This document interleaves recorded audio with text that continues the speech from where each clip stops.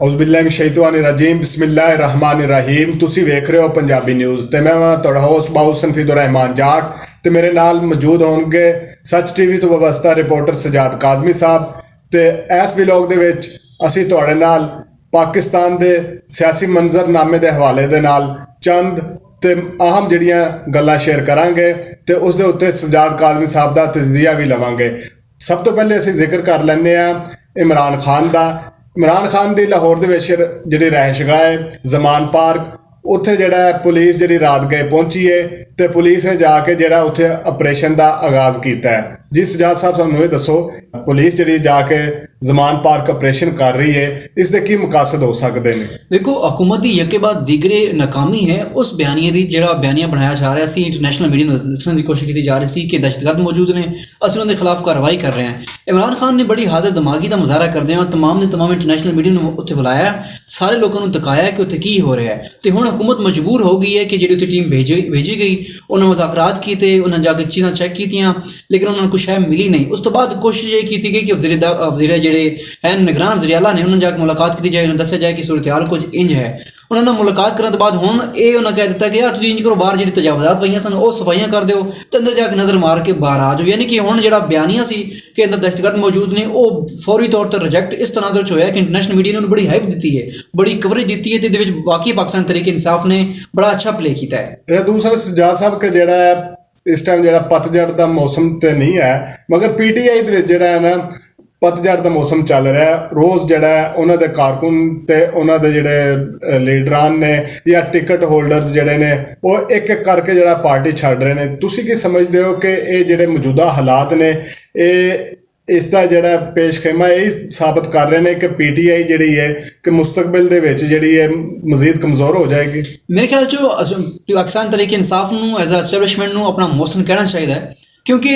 पहले इल्ज़ाम लगता सी एस्टैबलिशमेंट ते कि वो पीटीआई नूं लैके लॉन्च किया है, फिर हुकूमत दी तो हुण वही वो सफाई कर रही है। मेरे ख्याल बड़ा अच्छा अमल है एस्टैबलिशमेंट का कि वो सफाई करके दे रही है पाकिस्तान तरीके इंसाफ नूं, क्योंकि जिहड़े उन्होंने मुहिबे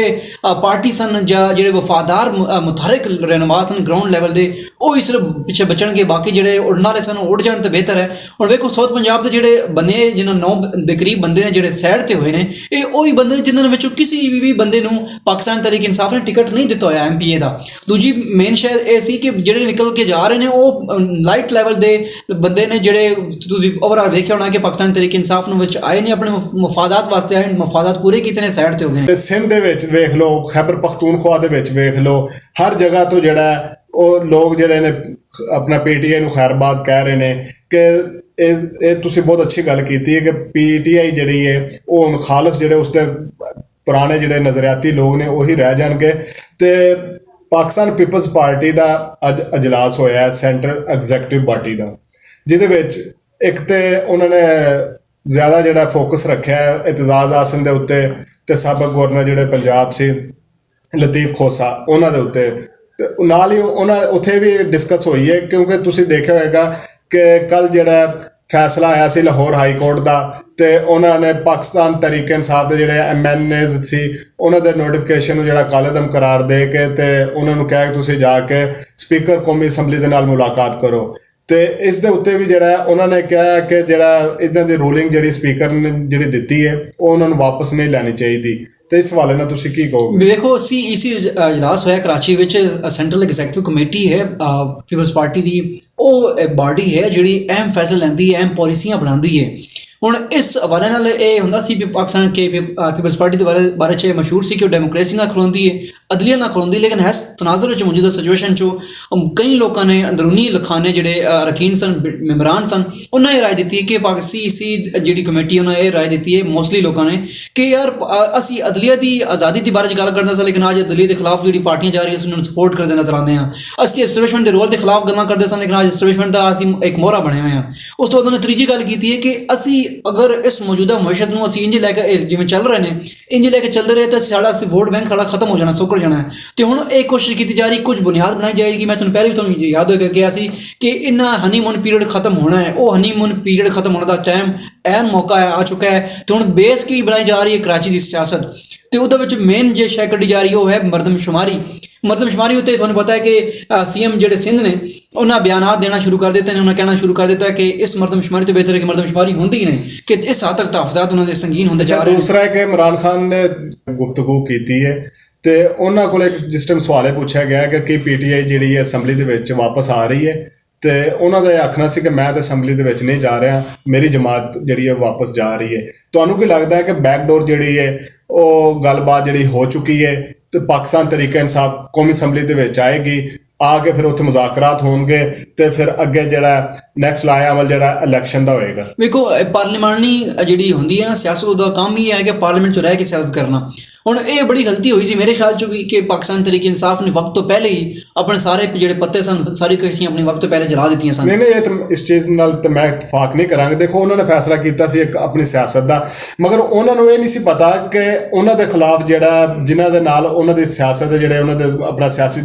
ਮੁਖਾਲਫੀਨ ਨੇ ਕਿ ਉਹ ਸਾਰੇ ਇੱਕ ਪੇਜ ਤੇ ਇਕੱਠੇ ਹੋ ਕੇ ਫਿਰ ਨਾਲ ਐਸਟੈਬਲਿਸ਼ਮੈਂਟ ਨੂੰ ਮਿਲਾ ਕੇ ਤੇ ਅੱਗੇ ਜਿਹੜਾ ਉਹਨਾਂ ਦਾ ਪਲਾਨ ਨੂੰ ਨਾਕਾਮ ਬਣਾ ਦੇਣ। ਸਿਆਸੀ ਤੌਰ ਤੇ ਨਹੀਂ ਕਹਿ ਸਕਦੇ ਕਿ ਜਿਸ ਟਾਈਮ ਤੁਸੀਂ ਐਸਟੈਬਲਿਸ਼ਮੈਂਟ ਨੂੰ ਨਾਲ ਮਿਲਾ ਲੈਂਦੇ ਹੋ ਤੇ ਫਿਰ ਉਹ ਸਿਆਸੀ ਤੇ ਨਹੀਂ ਰਹਿ ਗਿਆ, ਸਿਰਫ ਮਫਾਦਾਤ ਦਾ ਫਿਰ ਆਪਣਾ ਸਰ ਮਾਜ਼ਰਤ ਨਾਲ ਵੇਖੋ ਪਾਕਿਸਤਾਨ ਦੀ ਸਿਆਸਤ ਦਾ ਮਹਿਵਰ ਹੀ ਐਸਟੈਬਲਿਸ਼ਮੈਂਟ ਰਹੀ ਹੈ। ਅਗਰ ਤੁਹਾਨੂੰ ਇਹ ਨਜ਼ਰ ਨਹੀਂ ਆਉਂਦਾ ਕਿ ਅਸੀਂ ਹੁਣ ਛੋੜਨੀ ਹੈ ਤੇ ਸਾਡੇ ਨਾਲ ਕੌਣ ਖਲੋਤਾ ਹੈ ਤੇ ਫਿਰ ਮੇਰੇ ਖਿਆਲ ਸਿਆਸਤ ਵਿੱਚ ਤੁਸੀਂ ਨਾਬਾਲਗ ਹੋ। ਵੇਖੋ ਜਿਵੇਂ ਵੀ ਜਿਸ ਹੱਦ ਤੱਕ ਤੁਸੀਂ ਵੇਖੋ ਐਸਟੈਬਲਿਸ਼ਮੈਂਟ ਦਾ ਰੋਲ ਰਿਹਾ ਹੈ ਤੇ ਪਾਕਿਸਤਾਨ ਤਰੀਕੇ ਇਨਸਾਫ ਨੂੰ ਚਾਹੀਦਾ ਸੀ ਕਿ ਆਪਣੇ ਬੇਸ ਕੈਂਪ ਨੂੰ ਖਤਮ ਨਾ ਕਰਦੀ। ਅਗਰ ਬੇਸ ਕੈਂਪ ਇੱਕ ਵੀ ਇਸ ਵਕਤ ਬੱਚਾ ਹੁੰਦਾ ਤਾਂ ਮੈਂ ਵੇਖਦਾ ਕਿ ਕਿਵੇਂ ਅੱਜ ਕੱਲ੍ਹ 9 ਮਈ ਦਾ ਜਿਹੜਾ ਪ੍ਰੋਪਗੇਸ਼ਨ ਕੀਤੀ ਜਾ ਰਹੀ ਹੈ, ਹਾਲਾਂਕਿ ਉਹ ਕੰਡੈਮ ਕਰ ਰਹੀ ਹੈ ਪਾਕਿਸਤਾਨ ਤਰੀਕੇ ਇਨਸਾਫ ਦੇ ਰਹਿਨੁਮਾ, ਲੇਕਿਨ ਸਾਰਾ ਮਲਬਾ ਉਹਨਾਂ 'ਤੇ ਆ ਰਿਹਾ ਹੈ, ਉਹਦੇ ਤਨਾਜ਼ਰ 'ਚ ਵੀ ਲੋਕ ਹਟ ਰਹੇ ਨੇ। ਅਗਰ ਕੋਈ ਇਸ ਵਕਤ ਬੇਸ ਕੈਂਪ ਹੁੰਦਾ ਕਿ ਆਈਸੋਲੇਸ਼ਨ ਵਾਸਤੇ ਸਾਰਾ ਕੁਝ ਹੋ ਰਿਹਾ ਹੈ, ਐਗਜ਼ੈਕਟਲੀ ਆਈਸੋਲੇਸ਼ਨ ਵਾਸਤੇ ਹੀ ਹੋ ਰਿਹਾ ਹੈ। ਕਿਉਂਕਿ ਅਗਰ ਵੇਖਿਆ ਜਾਏ ਪਾਕਿਸਤਾਨ ਤਰੀਕੇ ਇਨਸਾਫ ਦੇ ਲੀਡਰਾਂ ਦੀ ਵੀਡੀਓ ਸਾਹਮਣੇ ਆ ਰਹੀਆਂ ਨੇ, ਯਾਸਮੀਨ ਰਾਸ਼ਿਦ ਦੀ ਵੀਡੀਓ ਸਾਹਮਣੇ ਆ ਰਹੀ ਹੈ, ਦੀਗਰ ਲੋਕਾਂ ਦੇ ਸਾਹਮਣੇ ਆ ਰਹੀ ਹੈ ਜਿਹੜੀ ਕੰਡੈਮ ਕਰ ਰਹੇ ਨੇ, ਜਿਹੜੇ ਲੋਕਾਂ ਨੂੰ ਰੋਕ ਰਹੇ ਨੇ। ਈਵਨ ਕਿ ਇਮਰਾਨ ਖਾਨ ਦੀ ਜਿਹੜੀ ਹਮਸ਼ੀਰਾ ਨੇ ਉਹ ਲੋਕਾਂ ਦੇ ਹੱਥ ਪਕੜ ਰਹੀਆਂ ਨੇ ਕਿ ਇਸ ਸਾਈਡ ਤੇ ਨਾ ਜਾਓ, ਸਾਡੀ ਅਸੀਂ ਇਹਤਜਾਜ ਕਰਨਾ ਹੈ, ਪੁਰਅਮਨ ਇਹਤਜਾਜ ਕਰਨਾ ਹੈ। ਸਾਡੀ ਜਿਹੜੀ ਸਟੇਟ ਮਸ਼ੀਨਰੀ ਉਹ ਸਾਡੀ ਆਪਣੀ ਮਸ਼ੀਨਰੀ ਹੈ, ਬਾਅਦ ਚੋਂ ਅਸੀਂ ਫਿਕਸ ਕਰਨਾ ਹੈ, ਬਾਅਦ ਚੋਂ ਅਸੀਂ ਉਹਦਾ ਜ਼ਾਲਾ ਕਰਨਾ ਹੈ, ਉਹਨੂੰ ਖਰਾਬ ਨਾ ਕਰੋ। ਦਾਰੇ ਸਾਡੇ ਆਪਣੇ ਨੇ, ਉਹਨਾਂ ਨਾਲ ਇਖਤਲਾਫਾਤ ਹੋ ਸਕਦੇ ਨੇ, ਮੁਹੱਬਤਾਂ ਜਿਹਨਾਂ ਨਾਲ ਹੁੰਦੀਆਂ ਉਹਨਾਂ ਵਿੱਚ ਇਖਤਲਾਫਾਤ ਵੀ ਹੁੰਦੇ ਨੇ, ਇਹ ਚੀਜ਼ਾਂ ਤਾਂ ਤੈਅ ਨੇ। ਲੇਕਿਨ ਅਗਰ ਤੁਸੀਂ ਉਸ ਵੇਲੇ ਬੇਸ ਕੈਂਪ ਹੁਣ ਥੋੜਾ ਇਸ ਵੇਲੇ ਹੁੰਦਾ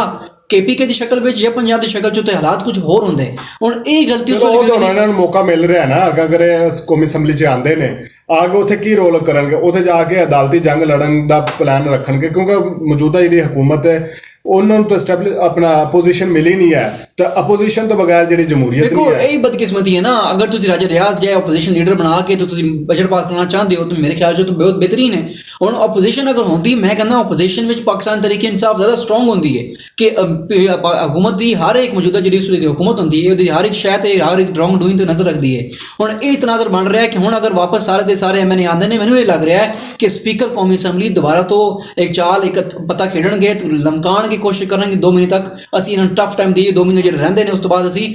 ਹਕੂਮਤ ਇੱਕ ਪਾਸੇ ਕਹਿ ਰਹੀ ਕਿ ਸਾਡੇ ਕੋਲ ਪੈਸੇ ਨਹੀਂ ਹੈ, ਉਹ ਪੈਸੇ ਮਤਲਬ ਸਿਰਫ ਆਵਾਮ ਨੂੰ ਦੇਣ ਵਾਸਤੇ ਜਾਂ ਆਵਾਮ ਨੂੰ ਸਹੂਲੀਅਤ ਦੇਣ ਵਾਸਤੇ ਨਹੀਂ ਹੈ, ਮਗਰ ਜਦੋਂ ਗੱਲ ਆਉਂਦੀ ਹੈ ਆਪਣੇ ਉੱਤੇ ਜਾਂ ਆਪਣੇ ਆਲੇ ਦੁਆਲੇ ਜਿਹੜੇ ਉਹਨਾਂ ਦੇ ਬੰਦੇ ਨੇ ਜਿਨ੍ਹਾਂ ਕੋਲ ਉਹਨਾਂ ਨੇ ਕੰਮ ਲੈਣਾ ਹੈ ਉਹਨਾਂ ਵਾਸਤੇ ਪੈਸੇ ਆ ਜਾਂਦੇ ਨੇ। ਐਗਜ਼ੈਕਟਲੀ ਆਵਾਮ ਵਾਸਤੇ ਕੋਈ ਪੈਸੇ ਨਹੀਂ ਪਏ ਤੇ ਨਾਲ ਗਰਾਊਂਡ ਰਿਐਲਿਟੀ ਵੀ ਇਹ ਹੈ ਕਿ $3.2 ਬਿਲੀਅਨ ਯਾਨੀ ਕਿ ਸਾਨੂੰ ਆਪਣਾ ਜਿਹੜਾ ਹੈ ਇੱਕ ਸਾਰਾ ਦਾ ਇੱਕ ਬੜਾ ਰਕਮ ਜਿਹੜੀ ਹੈ ਉਹ ਅਸੀਂ IMF ਨੂੰ ਅਗਲੇ ਮਹੀਨੇ ਦੇ ਆਖਰ ਤੱਕ ਵਾਪਸ ਕਰਨਾ ਹੈ, ਯਾਨੀ ਜੂਨ ਦੀ 30 ਤਾਰੀਖ ਤੋਂ ਪਹਿਲੇ ਅਸੀਂ ਵਾਪਸ ਕਰਨਾ ਹੈ ਉਹ ਪੈਸੇ। ਅਸੀਂ ਕਿਵੇਂ ਵਾਪਸ ਕਰਨਾ, ਅਸੀਂ ਤੇ ਮਿੰਨਤਾਂ ਕਰ ਰਹੇ ਹਾਂ ਕੋਈ $1 ਸਾਨੂੰ ਦੇ ਤਾਂ ਅਸੀਂ ਬਜਟ ਬਣਾ ਕੇ ਦੇ ਦਈਏ। ਚਾਈਨਾ ਕੋਲ ਅਸੀਂ ਗਏ ਹਾਂ, ਉਹ 30 ਕਰੋੜ ਤੋਂ ਜ਼ਿਆਦਾ ਡਾਲਰ ਤੋਂ ਜ਼ਿਆਦਾ ਦੇਣ ਨੂੰ ਤਿਆਰ ਨਜ਼ਰ ਨਹੀਂ ਆਉਂਦਾ। ਉਹ ਕਹਿੰਦਾ ਕਿ ਅਸੀਂ CPEC ਤੇ ਇਨਵੈਸਟ ਕਰ ਚੁੱਕੇ ਹਾਂ, ਮਿਹਰਬਾਨੀ ਕਰੋ ਕੋਈ ਆਊਟਪੁੱਟ ਦਿਓ ਸਾਨੂੰ। ਤੁਹਾਡੇ ਕੋਲ ਕੋਈ ਜਿਸ ਥੋੜੀ ਸਸਟੇਨੇਬਲ ਡਿਵੈਲਪਮੈਂਟ ਤੁਹਾਡੇ ਕੋਲ ਨਹੀਂ ਹੋਣੀ, ਗਰੋਥ ਤੁਹਾਡੇ ਕੋਲ ਨਹੀਂ ਹੋਣੀ, ਤੁਸੀਂ ਜਦੋਂ ਦਿਲ ਪੈਸੇ ਲੈ ਲਓ, ਤੁਸੀਂ 2 ਮਹੀਨੇ ਤੱਕ ਗੁਜ਼ਾਰਾ ਕਰਨਾ, ਉਸ ਤੋਂ ਬਾਅਦ ਫਿਰ ਤੁਸੀਂ ਰੋਡ ਤੇ ਆ ਜਾਣਾ ਹੈ। ਤੇ ਫਿਲਹਾਲ ਸਿਚੁਏਸ਼ਨ ਇਹ ਬਣੀ ਹੈ ਕਿ ਸਾਡੇ ਕੋਲ ਜਿਹੜੇ ਰੈਵਨਿਊ ਜਨਰੇਸ਼ਨ ਦੇ ਜਿਹੜੇ ਆਪਸ਼ਨਸ ਹਨ ਮਿਨੀਮਾਈਜ਼ ਹੋ ਚੁੱਕੇ ਨੇ, ਰੈਮਿਟੈਂਸ ਕਮ ਹੋ ਚੁੱਕੀ ਹੈ, ਸਾਡੇ ਕੋਲ ਇਨਫਲੇਸ਼ਨ ਰੇਟ ਹਾਈ ਕਲਾਸ ਜਾ ਰਹੀ ਹੈ, 14% ਤਕਰੀਬਨ 2-3 ਮਹੀਨੇ 'ਚ ਵੱਧ ਚੁੱਕੀ ਹੈ, ਹਰ ਸ਼ੈ ਮਹਿੰਗੀ ਹੋ ਚੁੱਕੀ ਹੈ, ਡਾਲਰ ਕਰੰਟ ਡੈਫਿਸਿਟ ਥੋੜਾ ਵੱਧ ਰਿਹਾ ਹੈ, ਟ੍ਰੇਡ ਡੈਫਿਸਿਟ ਤੋਂ ਅਰੂਜ ਤੇ ਪਹੁੰਚਿਆ ਹੈ। ਮੁਲਕ ਦੇ ਵਿੱਚ ਅਦਾਲਤਾਂ ਮੌਜੂਦ ਨੇ, ਉਸ ਦੇ ਬਾਵਜੂਦ ਵੀ ਜਿਹੜੀ ਬਾਗਜ਼ ਇਹ ਸੁਣਾਈ ਦੇ ਰਹੀ ਹੈ ਕਿ ਜੀ ਫੌਜੀ ਅਦਾਲਤਾਂ ਬਣ ਰਹੀਆਂ ਨੇ, ਜਿਤਨੇ ਵੀ ਤੋੜ ਫੋੜ ਦੇ ਜਿਹੜੇ ਮੁਕੱਦਮਾਤ ਨੇ 9 ਮਈ ਦੇ ਹਵਾਲੇ ਦੇ ਨਾਲ ਉਹ ਸਾਰੇ ਫੌਜੀ ਅਦਾਲਤਾਂ ਦੇ ਵਿੱਚ ਚੱਲਣਗੇ। ਵਫਾਕੀ ਹੁਕੂਮਤ ਦੇ ਸਪੈਸ਼ਲ ਪ੍ਰੋਸੀਕਿਊਟਰ ਜਿਹੜੇ ਨੇ ਰਾਜਾ ਰਿਜ਼ਵਾਨ, ਉਹਨਾਂ ਨੇ ਵੀ ਆਪਣਾ ਅਰਬ ਨਿਊਜ਼ ਨੂੰ ਇੰਟਰਵਿਊ ਦਿੰਦੇ ਹੋਏ ਉਹਨਾਂ ਨੇ ਆਖਿਆ ਕਿ ਆਇੰਦਾ 2 ਹਫ਼ਤੇ ਦੇ ਵਿੱਚ ਇਹ ਸਾਰਾ ਪ੍ਰੋਸੈਸ ਮੁਕੰਮਲ ਹੋ ਜਾਏਗਾ। ਤੁਹਾਨੂੰ ਕੀ ਲੱਗ ਰਿਹਾ ਕਿ ਜਿਹੜੇ ਜਿਤਨੇ ਮੁਕੱਦਮਾਤ ਨੇ ਆਲਾ ਅਦਾਲਤਾਂ ਦੇ ਵਿੱਚ ਚੱਲਣੇ ਚਾਹੀਦੇ ਨੇ ਜਾਂ ਆਪਣਾ ਫੌਜੀ ਅਦਾਲਤਾਂ ਦੇ ਵਿੱਚ ਹੋਣੇ ਚਾਹੀਦੇ ਨੇ, ਜਿਨ੍ਹਾਂ ਨੂੰ ਸੀਕ੍ਰੇਟ ਐਕਟ ਜਾਂ ਆਰਮੀ ਐਕਟ ਦਾ ਨਾਮ ਦਿੱਤਾ ਗਿਆ? ਐਗਜ਼ੈਕਟਲੀ, ਇਹ ਆਰਮੀ ਐਕਟ 1952 ਵਾਲਾ ਜਦੋਂ ਬਾਅਦ 'ਚ ਅਮੈਂਡਮੈਂਟ ਕੀਤੀ ਗਈ ਸੀ ਅਯੂਬ ਖਾਨ ਦੌਰ 'ਚ, ਜਿਸ ਲਈ ਉਸ ਵੇਲੇ ਵੀ ਇਹ ਮਾਮਲਾਤ ਨਜ਼ਰ ਆ ਰਹੇ ਸਨ। ਵੇਖੋ ਇਸ ਤਨਾਜ਼ਰ ਵਿੱਚ ਅਸੀਂ ਕੱਲ੍ਹ ਵੀ ਪੁੱਛਿਆ ਮੌਲਾਨਾ ਫਜ਼ਲ ਰਹਿਮਾਨ ਕੋਲੋਂ, ਤੇ ਉਹਨਾਂ ਕੋਲ ਅਸੀਂ ਇਹ ਕਿਹਾ ਸੀ ਕਿ ਵੇਖੋ ਤੁਸੀਂ ਤੇ ਅਦਲੀਆ ਦੀ ਖੁਦਮੁਖਤਾਰੀ ਦੀ ਗੱਲ ਕਰਦੇ ਸੋ, ਇਦਾਰੇ ਨੂੰ ਆਪਣੇ ਡੋਮੇਨ 'ਚ ਰਹਿਣ ਦੀ ਗੱਲ ਕਰਦੇ ਸੋ। ਹੁਣ ਤੁਹਾਨੂੰ ਕੀ ਹੋ ਗਿਆ ਕਿ ਤੁਸੀਂ ਇਦਾਰੇ ਨੂੰ ਓਵਰਲੈਪ ਕਰਾ ਰਹੇ ਹੋ? ਤੁਸੀਂ ਇਦਾਰੇ ਨੂੰ ਕਹਿ ਰਹੇ ਹੋ ਤੁਸੀਂ ਆ ਜਾਓ, ਓਵਰਟੇਕ ਕਰ ਲਓ। ਜਿਸ ਵੇਲੇ ਵੀ ਨੂਨ ਲੀਗ ਦੀ ਹੁਕੂਮਤ ਆਈ ਹੈ ਉਸ ਵੇਲੇ ਫੌਜੀ ਅਦਾਲਤਾਂ ਬਣਦੀਆਂ ਨੇ, ਉਸ ਵੇਲੇ ਇਸ ਤਰ੍ਹਾਂ ਦੇ ਐਕਸ਼ਨ ਪਲਾਨ ਬਣ ਜਾਂਦੇ ਹੁੰਦੇ ਨੇ। ਵੇਖੋ ਬੜੀ ਬਦਕਿਸਮਤੀ ਹੈ ਕਿ ਤੁਹਾਡੀ ਅਦਾਲਤਾਂ ਮੌਜੂਦ ਨੇ, ਉਸ ਤੋਂ ਬਾਵਜੂਦ ਤੁਸੀਂ ਆਮ ਆਵਾਮ ਦਾ, ਸਿਵਲੀਅਨ ਦਾ ਤੁਸੀਂ ਟ੍ਰਾਇਲ ਜਿਹੜਾ ਮਿਲਟਰੀ ਅਦਾਲਤਾਂ ਜਾ ਕੇ ਕਰਨਾ ਚਾਹਦੇ ਹੋ। ਪੀਪਲਜ਼ ਪਾਰਟੀ ਦਾ ਉਹੀ ECC ਜਿਹੜਾ ਉਹਨਾਂ ਦੀ ਮੀਟਿੰਗ ਹੋਈ ਹੈ, ਉਸ ਦੇ ਵਿੱਚ ਵੀ ਅਕਸਰੀਅਤ ਜਿਹੜੀ ਹੈ ਸੀਨੀਅਰ ਸਿਆਸਤਦਾਨ ਜਿਹੜੇ ਨੇ ਰਜ਼ਾ ਰਬਾਨੀ ਜੈਸੇ, ਉਹਨਾਂ ਨੇ ਵੀ ਇਸ ਚੀਜ਼ ਦੀ ਮੁਖਾਲਫਤ ਕੀਤੀ ਹੈ ਕਿ ਸਾਨੂੰ ਜਿਹੜਾ ਇਸ ਪਾਸੇ ਨਹੀਂ ਜਾਣਾ ਚਾਹੀਦਾ। ਐਗਜ਼ੈਕਟਲੀ, ਇਹ ਉਹੀ ਰਜ਼ਾ ਰਬਾਨੀ ਸਾਹਿਬ ਨੇ, ਸਾਬਕਾ ਸਾਡੇ ਚੇਅਰਮੈਨ ਸੈਨੇਟ ਸਾਹਿਬ ਵੀ ਹਨ, ਤੇ ਇਹ ਉਹ ਸਨ ਜਿਹੜੇ ਕਹਿੰਦੇ ਸਨ हम ना चाहते हुए भी फौजी अदालतों को लाने पर मजबूर हैं, हम ना चाहते हुए भी ये इकदाम करने पर मजबूर हैं। ये वही शख्सियत ने, तो पीपल्स पार्टी का बड़ा वाज़ेह स्टांस सी, लेकिन इस वेले आके अपनी बयानी तो वापस हट रही है, पीछे हट रही है। बड़ा बदकिस्मती है कि एक जी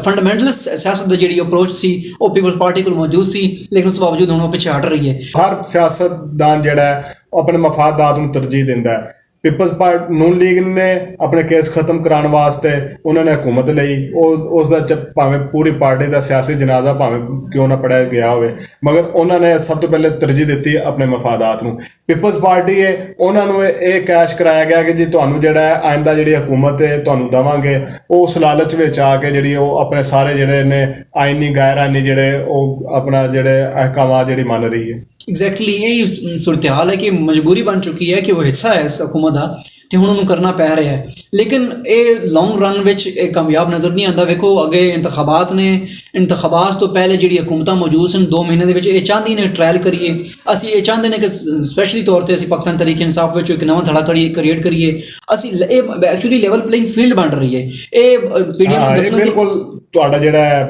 ਮੈਂ ਇਤਫਾਕ ਕਰਦਾ, ਕਿਉਂਕਿ ਮਾਜ਼ੀ ਦੇ ਵਿੱਚ ਜਿਹੜਾ ਮੁਸਲਿਮ ਲੀਗ ਨੂਨ ਦੇ ਸੀਨੀਅਰ ਰਹਿਨੁਮਾ ਜਿਹੜੀ ਹੈ, ਚੀਫ ਆਫ ਆਰਗੇਨਾਈਜ਼ਰ ਜਿਹੜੀ ਹੈ ਮਰੀਮ ਨਵਾਜ਼, ਉਹ ਬਾਰ-ਬਾਰ ਇਹ ਚੀਜ਼ ਕਹਿ ਰਹੀ ਸੀ ਕਿ ਜਿਹੜੇ ਜੇ ਲੈਵਲ ਪਲੇਇੰਗ ਫੀਲਡ ਸਾਨੂੰ ਦਿੱਤੀ ਜਾਵੇ। ਇਹ ਜਿਹੜਾ ਜਿਤਨਾ ਜੋ ਕੁਛ ਵੀ ਹੋ ਰਿਹਾ ਇਸ ਮਤਲਬ ਕਿ ਇਸ ਮਹੀਨੇ ਦੇ ਵਿੱਚ, ਇਹ ਸਾਰਾ ਮੇਰੇ ਖਿਆਲ 'ਚ ਉਹਨਾਂ ਦੀ ਤਰਫ ਉਹਨਾਂ ਦਾ ਆਪਣਾ ਅਹਿਕਾਮਾਤ ਮੰਨ ਕੇ ਹੋ ਰਹੇ ਨੇ। ਵੇਖੋ ਕੁਝ ਦਿਨ ਪਹਿਲੇ ਦੀ ਮੇਰੀ ਇਤਲਾਤ ਹੈ ਕਿ ਕੁਝ ਮਹੀਨੇ ਪਹਿਲੇ ਦੀ ਇਤਲਾਤ ਹੈ ਕਿ ਜਿਹੜੇ ਦੁਬਾਰਾ ਕੋਸ਼ਿਸ਼ ਕੀਤੀ ਗਈ ਸੀ, ਬੜੇ ਇੱਕ ਹੈਵੀ ਲੈਵਲ ਦੇ ਬੰਦਿਆਂ ਨੇ ਕੋਸ਼ਿਸ਼ ਕੀਤੀ ਸੀ ਮੌਜੂਦਾ ਹੁਕੂਮਤ ਕੋਲ ਪੁੱਛਣ ਵਾਸਤੇ ਕਿ ਤੁਸੀਂ ਆਇਆ ਇੰਤਖਾਬਾਤ ਵਿੱਚ ਤਿਆਰ ਹੋ, ਕਿਉਂਕਿ ਇਮਰਾਨ ਖਾਨ ਦੇ ਪਿੱਛੇ ਨਜ਼ਰ ਨਹੀਂ ਆ ਰਿਹਾ। ਤੇ ਫੌਰਨ ਤੌਰ 'ਤੇ ਪੀਡੀਐਮ ਦੇ ਆਲਾ ਜਿਹੜੇ ਹੁਕਾਮ ਨੇ, ਆਲਾ ਸ਼ਖਸੀਅਤ ਨੇ, ਉਹਨਾਂ ਇਹ ਕਹਿ ਦਿੱਤਾ ਸੀ ਕਿ ਤੁਸੀਂ ਸਾਨੂੰ ਹੁਕੂਮਤ 'ਚ ਲੈ ਕੇ ਆਏ ਹੋ, ਤੁਸੀਂ ਸਾਨੂੰ ਕਿਹਾ ਸੀ ਅਸੀਂ ਮੁਲਕੀ ਮਈਸ਼ਤ ਠੀਕ ਕਰਾਂਗੇ, ਉਸ ਤੋਂ ਬਾਅਦ ਤੋਂ ਇਲੈਕਸ਼ਨ ਹੋਣਗੇ, ਅਸੀਂ ਫਿਰ ਆਵਾਮ 'ਚ ਜਾਵਾਂਗੇ, ਤੁਸੀਂ ਤਾਂ ਹੁਣ ਸਾਨੂੰ ਵਿਚਕਾਰ ਕੇ ਛੱਡ ਰਹੇ ਹੋ। ਤੇ ਇਸ ਤਨਾਜ਼ਰ 'ਚ ਉਹ ਬੜਾ ਸਖਤ ਰੱਦ-ਏ-ਅਮਲ ਦਿੱਤਾ ਸੀ ਪੀਡੀਐਮ ਨੇ। ਤੇ ਉਸ ਤੋਂ ਬਾਅਦ ਉਹਨੇ ਜਿਹੜਾ ਰਾਬਤਾ ਕੀਤਾ ਸੀ, ਉਹਨੇ ਇਹ ਕਿਹਾ ਸੀ ਚਲੋ ਤੁਸੀਂ ਫਿਰ ਮਈਸ਼ਤ ਠੀਕ ਕਰ ਲਓ, ਦੀਗਰ ਚੀਜ਼ਾਂ ਕਰ ਲਓ, ਬਰਾਬਰ ਕਰ ਲਓ, ਲੈਵਲ ਪਲੇਇੰਗ ਫੀਲਡ ਬਣੇਗੀ ਤੇ ਫਿਰ ਇੰਤਖਾਬਾਤ ਕਰਾ ਲਾਂਗੇ। ਹੁਣ ਇਹ ਸਿਚੁਏਸ਼ਨ ਕੀਤੀ ਜਾ ਰਹੀ ਹੈ ਕਿ ਮੁਆਸ਼ੀ ਤੌਰ 'ਤੇ ਪਾਕਿਸਤਾਨ ਨੂੰ IMF ਪੈਸੇ ਦੇਣ ਨੂੰ ਤਿਆਰ ਨਜ਼ਰ ਨਹੀਂ ਆਉਂਦਾ, ਦੋਸਤ ਮੁਮਾਲਕ ਅੱਗੇ ਨਹੀਂ ਆ ਰਹੇ, ਤੇ ਹੁਣ ਇਹ ਕੋਸ਼ਿਸ਼ ਕੀਤੀ ਜਾ ਰਹੀ ਹੈ ਸਿਆਸੀ ਤੌਰ 'ਤੇ ਲੈਵਲ ਪਲੇਇੰਗ ਫੀਲਡ ਬਣਾਈ ਜਾਏ। 9 ਮਈ ਨੂੰ ਯੌਮ ਸਿਆਹ ਕਰਾਰ ਦੇ ਦਿੱਤਾ ਜਾਏ ਤੇ ਇੱਕ ਦੱਬਾ ਲਾ ਦਿੱਤਾ ਜਾਏ ਪਾਕਿਸਤਾਨ ਤਹਿਰੀਕ ਇਨਸਾਫ ਤੋਂ MQMR, ਉਸ ਤੋਂ ਬਾਅਦ ਇਸ ਵਿੱਚ ਧੜਾਬੰਦੀ ਕੀਤੀ ਜਾਏ ਤੇ ਲੋਕਾਂ ਨੂੰ ਦੱਸਿਆ ਜਾਏ ਕਿ ਮੇਰੇ ਖਿਆਲ ਦੇ ਵਿੱਚ ਚਲੋ ਉਹਨਾਂ ਕੋਲ ਬਿਆਨੀਆ ਨਹੀਂ ਸੀ ਆਇਆ ਇਲੈਕਸ਼ਨ ਦੇ ਵਿੱਚ ਜਾਣ ਦਾ। ਹੁਣ ਉਹਨਾਂ ਨੂੰ ਬਿਆਨੀਆ ਵੀ ਆਪੋਜੀਸ਼ਨ ਨੂੰ ਮਿਲ ਗਿਆ ਕਿ ਜਿਸ ਤਰ੍ਹਾਂ ਇਮਰਾਨ ਖਾਨ ਦੇ ਉੱਤੇ ਹੁਣ ਨੈਬ ਦੇ ਵਿੱਚ ਕੇਸ ਚੱਲ ਪਿਆ ਕਿ ਚਲੋ ਇਹ ਵੀ ਜਾ ਕੇ ਆਵਾਮ ਨੂੰ ਦੱਸ ਸਕਣਗੇ ਕਿ ਜੀ ਇਮਰਾਨ ਖਾਨ ਤੇ ਖੁਦ ਚੋਰ ਹੈ, ਉਹਦੇ ਤੇ ਖੁਦ ਕੇਸ ਚੱਲ ਰਹੇ ਨੇ। ਐਗਜ਼ੈਕਟਲੀ, ਵੇਖੋ ਅਦਾਰੇ ਸਾਰੇ ਦੇ ਸਾਰੇ ਯੂਟਿਲਾਈਜ਼ ਹੋ ਰਹੇ ਸਨ, ਸ਼ੁਰੂ ਤੋਂ ਹੋ ਰਹੇ ਸਨ, ਤੇ ਹੁਣ ਉਹਨਾਂ ਵਿੱਚ ਮਜ਼ੀਦ ਜਿਹੜੀ ਹੈ ਤੇਜ਼ੀ ਨਜ਼ਰ ਆਉਂਦੀ ਹੈ ਕਿ ਨੈਬ ਨੂੰ ਯੂਜ਼ ਕੀਤਾ ਜਾ ਰਿਹਾ। ਤੇ ਪਾਕਿਸਤਾਨ ਤਹਿਰੀਕ ਇਨਸਾਫ ਦੇ ਜਿਹੜੇ ਚੇਅਰਮੈਨ ਨੇ ਨੈਬ ਨੂੰ ਜਵਾਬ ਦਿੱਤਾ, ਉਹ ਬੜਾ ਜ਼ਬਰਦਸਤ ਕਿਸਮ ਦਾ ਹੈ ਕਿ ਉਹ ਜਿਹੜਾ ਨੈਬ ਦੇ ਲੋਕਾਂ ਨੂੰ ਰਾਬਤਾ ਕੀਤਾ ਕਿ ਤੁਸੀਂ ਆਓ ਪੇਸ਼ ਹੋਵੋ 23 ਤਾਰੀਖ ਨੂੰ ਆ ਕੇ ਆਪਣੀ ਵਜ਼ਾਹਤ ਦਿਓ। ਤੇ ਉਹਨਾਂ ਇਹ ਕਹਿ ਦਿੱਤਾ ਕਿ ਤੁਸੀਂ ਜਿਹੜਾ ਥੋੜਾ ਕਾਨੂੰਨ ਦੇ ਤਹਿਤ ਤੁਸੀਂ ਆਏ ਹੋ, ਉਹ ਕਾਨੂੰਨ ਹੀ ਗੈਰ ਆਇਨੀ ਹੈ, ਗੈਰ ਜਿਹੜਾ ਇਨਸਾਨੀ ਹੈ। ਇਸ ਵਾਸਤੇ ਮੈਂ ਉਸ ਕਾਨੂੰਨ ਦਾ ਜ਼ੇਰੇ ਤਮਾਮ ਜਾ ਕੇ ਪੇਸ਼ ਨਹੀਂ ਹੋਣਾ ਚਾਹੁੰਦਾ। ਨਾਲੇ ਉਹਨੇ ਇਹ ਕਹਿ ਦਿੱਤਾ ਕਿ ਤੁਸੀਂ ਮੈਨੂੰ ਪਹਿਲਾਂ ਲੈ ਕੇ ਗਏ ਸੋ ਤਾਂ ਮੇਰੀ ਚੀਜ਼ਾਂ ਕੁਝ ਰਹਿ ਗਈਆਂ ਸਨ, ਸ਼ੇਅਰ ਬਾਕਸ ਵਗੈਰਾ, ਉਹ ਮੇਰਾ ਵਾਪਸ ਕਰ ਜਾਓ ਤੇ ਮੇਰੀ ਚੀਜ਼ਾਂ ਵਾਪਸ ਕਰ ਜਾਓ। ਵੇਖੋ ਇਸ ਹੱਦ ਤੱਕ ਲੈ ਰਹੇ ਨੂੰ ਸਮਝ ਆ ਚੁੱਕੀ ਹੈ ਕਿ ਇਹ ਸਿਆਸੀ ਇੰਤਕਾਮੀ ਕਾਰਵਾਈਆਂ ਕੀਤੀਆਂ ਜਾ ਰਹੀਆਂ ਨੇ। ਤੇ ਇਹ ਵਾਜ਼ੇ ਹੋ ਚੁੱਕਿਆ ਹੈ ਕਿ ਪਾਕਿਸਤਾਨ ਤਹਿਰੀਕ ਇਨਸਾਫ ਦੇ ਚੇਅਰਮੈਨ ਨੂੰ ਅਪਰੋਚ ਕੀਤਾ ਗਿਆ ਹੈ ਹਾਈ ਲੈਵਲ ਆਫੀਸ਼ੀਅਲ ਤਰਫੋਂ ਕਿ ਤੁਸੀਂ ਮੁਲਕ ਛੱਡ ਜਾਓ ਜਾਂ ਗਿਲਗਿਤ ਚਲੇ ਜਾਓ ਜਾਂ ਕੋਈ ਦੀਗਰ ਇਲਾਕੇ 'ਚ ਚਲੇ ਜਾਓ ਤਾਂ ਕਿ ਤੁਹਾਨੂੰ ਜਿਹੜਾ ਹੈ ਸਿਕਿਉਰ ਰੱਖਿਆ ਜਾਏ, ਤੁਸੀਂ ਫਿਰ ਦੁਬਾਰਾ ਆ ਕੇ ਓਵਰਲੈਪ ਕਰ ਲਿਆ ਜਾਏ। ਲੇਕਿਨ ਸਿਚੁਏਸ਼ਨ ਇਹ ਬਣ ਚੁੱਕੀ ਹੈ ਕਿ ਪਾਕਿਸਤਾਨ ਤਹਿਰੀਕ ਇਨਸਾਫ ਦੇ ਚੇਅਰਮੈਨ ਕਹਿੰਦਾ ਹੈ ਕਿ ਮੈਂ ਇੱਥੋਂ ਨਹੀਂ ਜਾਵਾਂਗਾ, ਚਾਹੇ ਮੈਂ ਹਾਰ ਜਾਵਾਂ, ਚਾਹੇ ਇੰਤਖਾਬਾਤ ਤੁਸੀਂ ਕਰਾਉਂਦੇ ਹੋ, ਮੈਂ ਫਿਰ ਵੀ ਰੋਡ ਤੇ ਆਵਾਂਗਾ। ਤੇ ਇਸ ਵਕਤ ਸਿਚੁਏਸ਼ਨ ਇਲੈਕਸ਼ਨ ਕਮਿਸ਼ਨ ਦੇ ਵੀ ਤੁਸੀਂ ਬੀਟ ਕਰਦੇ ਹੋ, ਤੁਹਾਨੂੰ ਕੀ ਲੱਗ ਰਿਹਾ ਕਿ ਜਿਹੜਾ ਹੁਣ ਜਿਹੜਾ ਅੱਗੇ ਆਉਣ ਵਾਲੇ ਦਿਨਾਂ ਦੇ ਵਿੱਚ ਇਲੈਕਸ਼ਨ ਦੀ ਤਰਫ ਜਾ ਰਹੀ ਹੈ ਹਕੂਮਤ, ਜਾਂ ਸਿਰਫ ਗੱਲਬਾਤ ਹੀ ਹੈ? ਨਹੀਂ, ਇਲੈਕਸ਼ਨ ਹੋ ਰਹੇ ਨੇ, ਇਲੈਕਸ਼ਨ ਵਾਜ਼ਿਹ ਤੌਰ ਤੇ ਹੋ ਰਹੇ ਨੇ, ਆਪਸ਼ਨ ਹੀ ਨਹੀਂ, ਕੋਈ ਨਹੀਂ ਬਚਿਆ। ਇਕਨੋਮੀ ਤਾਂ ਅਗਰ ਇਕਨੋਮੀ ਸਾਡੀ ਚੱਲ ਰਹੀ ਹੁੰਦੀ ਤਾਂ ਇੰਤਖਾਬਾਤ ਮੈਂ ਕਹਿ ਸਕਦਾ ਕਿ 1 ਸਾਲ ਮਜ਼ੀਦ ਚੱਲ ਸਕਦੇ ਨੇ, ਕਿਉਂਕਿ ਬੜੇ ਅਹਿਮ ਲੈਵਲ ਦੇ ਸੋਰਸਸ ਮੈਨੂੰ ਦੱਸ ਰਹੇ ਨੇ ਕਿ ਹੁਣ ਇਲੈਕਸ਼ਨ ਕਮਿਸ਼ਨ ਨੇ तमाम ਸੂਬਾਈ ਜਿਹੜੇ ਕਮਿਸ਼ਨਰ ਨੇ ਇਲੈਕਸ਼ਨ ਕਮਿਸ਼ਨ ਦੇ, ਉਹਨਾਂ ਨੂੰ ਖਤ ਲਿਖਿਆ ਹੈ, ਉਹਨਾਂ ਨੂੰ ਖਤ ਲਿਖ ਕੇ ਮੰਗੇ ਨੇ ਉਹਨਾਂ ਕੋਲ ਲਿਸਟਾਂ ਆਰਓਜ਼ ਦੀਆਂ, ਰਿਟਰਨਿੰਗ ਅਫਸਰਾਂ ਦੀਆਂ, ਡਿਸਟ੍ਰਿਕਟ ਰਿਟਰਨਿੰਗ ਅਫਸਰਾਂ ਦੀਆਂ ਤੇ ਅਸਿਸਟੈਂਟ ਰਿਟਰਨਿੰਗ ਅਫਸਰਾਂ ਦੀਆਂ, ਕਿ ਸਾਨੂੰ ਲਿਸਟਾਂ ਪ੍ਰੋਵਾਈਡ ਕੀਤੀ ਜਾਣ ਤਾਂ ਕਿ ਅਸੀਂ ਇਹ ਤੇ ਵੇਖੀਏ ਕਿ ਕਿੰਨੇ ਹਲਕਿਆਂ 'ਚ ਕਿੰਨੇ ਲੋਕ ਟ੍ਰੇਨਿੰਗ ਵਗੈਰਾ ਦਾ ਐਗਜ਼ੈਕਟਲੀ ਟ੍ਰੇਨਿੰਗ ਕਰਾਉਣਾ ਚਾਹੁੰਦੇ ਨੇ। ਹੁਣ ਟੋਟਲ 3 ਮਹੀਨੇ 2.5 ਮਹੀਨੇ ਪਏ ਨੇ, ਇਸ 2.5 ਮਹੀਨਿਆਂ ਦੇ ਅੰਦਰ ਅੰਦਰ ਇਹ ਤੈਅ ਕਰਨਾ ਹੈ ਕਿ ਅਸੀਂ ਇੰਤਖਾਬਾਤ ਵਾਸਤੇ ਕਿਤਨਾ ਜਲਦੀ ਜਾਣਾ ਚਾਹੁੰਦੇ ਹਾਂ, ਕਿਉਂਕਿ ਮਰਦਮਸ਼ੁਮਾਰੀ ਖਤਮ ਹੋ ਚੁੱਕੀ ਹੈ। ਉਹਨੂੰ ਐਕਸਟੈਂਡ ਕੀਤਾ ਹੈ ਪਾਕਿਸਤਾਨ ਪੀਪਲਸ ਪਾਰਟੀ ਦੇ ਕਹਿਣੇ ਉੱਤੇ, ਉਸ ਤੋਂ ਬਾਅਦ ਹਲਕਾਬੰਦੀਆਂ ਹੋਣੀਆਂ, ਉਸ ਤੋਂ ਬਾਅਦ ਇਹਦੇ ਉੱਪਰ ਟ੍ਰਾਈਬੂਨਲ ਬਣਨੇ ਨੇ ਜਿਹੜੀਆਂ ਅਪੀਲਾਂ ਸੁਣਨਗੇ, ਉਸ ਤੋਂ ਬਾਅਦ ਫੌਰੀ ਤੌਰ ਤੇ ਹਲਕਾਬੰਦੀਆਂ ਦਾ ਜਿਹੜਾ ਸਿਸਟਮ ਲੱਗ ਰਿਹਾ ਅਕਤੂਬਰ 'ਚ ਇਲੈਕਸ਼ਨ ਹੋ ਸਕਦੇ ਨੇ। ਸਰ ਮੈਨੂੰ ਲੱਗ ਰਿਹਾ ਕਿ ਸਤੰਬਰ ਦੇ ਆਖਰ 'ਚੋਂ ਜਾਂ ਮਿਡ ਵਿੱਚ ਜਿਹੜਾ ਹੈ ਇੰਤਖਾਬਾਤ, ਜਿਹੜਾ ਸਤੰਬਰ ਦਾ ਮਹੀਨਾ ਹੈ ਉਹ ਸਿਤਮਗਰ ਸਾਬਤ ਹੋ ਸਕਦਾ ਹੈ ਉਹਨਾਂ ਵਾਸਤੇ ਜਿਹੜੀਆਂ ਹਕੂਮਤ ਜਿਸ ਹਕੂਮਤ ਦਾ ਹਿੱਸਾ ਬਣ ਕੇ ਬੈਠੇ ਨੇ ਲੋਕ। ਲੇਕਿਨ ਮੈਨੂੰ ਲੱਗ ਰਿਹਾ ਕਿ ਅਗਰ ਇੰਤਖਾਬਾਤ ਸਾਫ਼ ਸ਼ਫਾਫ ਹੁੰਦੇ ਨੇ ਤਾਂ ਦੁਬਾਰਾ ਤੌਰ ਤੇ ਪਾਕਿਸਤਾਨ ਤਹਿਰੀਕ ਇਨਸਾਫ ਉੱਭਰ ਸਕਦੀ। ਮਾਜ਼ੀ ਦੇ ਵਿੱਚ ਮੁਸਲਿਮ ਲੀਗ ਨੂਨ ਨੂੰ ਤੋੜ ਕੇ ਮੁਸਲਿਮ ਲੀਗ ਕਾਫ ਬਣਾਇਆ ਗਿਆ, ਪੀਪਲਸ ਪਾਰਟੀ ਨੂੰ ਤੋੜ ਕੇ ਪੀਪਲਸ ਪਾਰਟੀ ਪੈਟਰੀਅਟ ਬਣਾਇਆ ਗਿਆ ਤੇ MQM ਨੂੰ ਬਣਾਇਆ ਗਿਆ। ਤਾਰੀਖ ਮੁਸਲਸਲ ਜਿਹੜੀ ਹੈ ਆਪਣੇ ਆਪ ਨੂੰ ਦੁਹਰਾ ਰਹੀ ਹੈ, ਮਗਰ ਕੋਈ ਵੀ ਜਿਹੜਾ ਇਸ ਤੋਂ ਸਬਕ ਸਿੱਖਣ ਨੂੰ ਤਿਆਰ ਨਹੀਂ ਹੈ। ਇਸ ਦੇ ਨਾਲ ਹੀ ਬਾਉਸਨ ਫਿਦਰ ਰਹਿਮਾਨ ਜਾਟ ਨੂੰ ਇਜਾਜ਼ਤ ਦਿਓ ਤੇ ਵੇਖਦੇ ਰਹੋ ਪੰਜਾਬੀ ਨਿਊਜ਼। ਪੰਜਾਬੀ ਨਿਊਜ਼ ਨੂੰ ਸਬਸਕ੍ਰਾਈਬ ਕਰੋ ਤੇ ਸਾਡੀ ਵੀਡੀਓਜ਼ ਨੂੰ ਲਾਈਕ ਕਰੋ ਤੇ ਕਮੈਂਟ ਸੈਕਸ਼ਨ ਦੇ ਵਿੱਚ ਜਾ ਕੇ ਆਪਣੀ ਰਾਏ ਦਾ ਇਜ਼ਹਾਰ ਕਰਨਾ ਨਾ ਭੁੱਲਿਓ। ਅੱਲਾ ਨਿਗਹਿਬਾਨ।